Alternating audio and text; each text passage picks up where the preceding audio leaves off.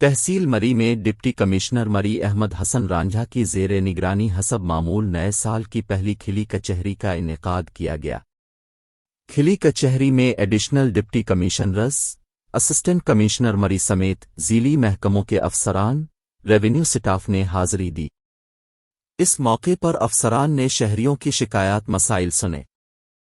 سائلین سے تحریری درخواستیں لے کر موقع پر متعلقہ محکمہ جات کے افسران آفیشلز کو ہدایات جاری کی گئیں کہ قانونی تقاضے پورے کرتے ہوئے میرٹ پر ان کی شکایات کا فوری ازالہ کیا جائے اور افسران بالا کو رپورٹ کی جائے۔ ڈپٹی کمشنر نے ذیلی اداروں کو متنبع اور شہریوں کو واضح پیغام جاری کرتے ہوئے کہا کہ کھلی کچہری کے انعقاد کا مقصد شہریوں کو زیادہ سے زیادہ ریلیف اور بروقت انصاف کی فراہمی ہے۔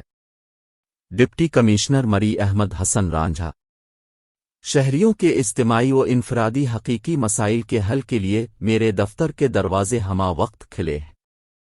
راجہ عثمان علی ملکہ کوہسار مری۔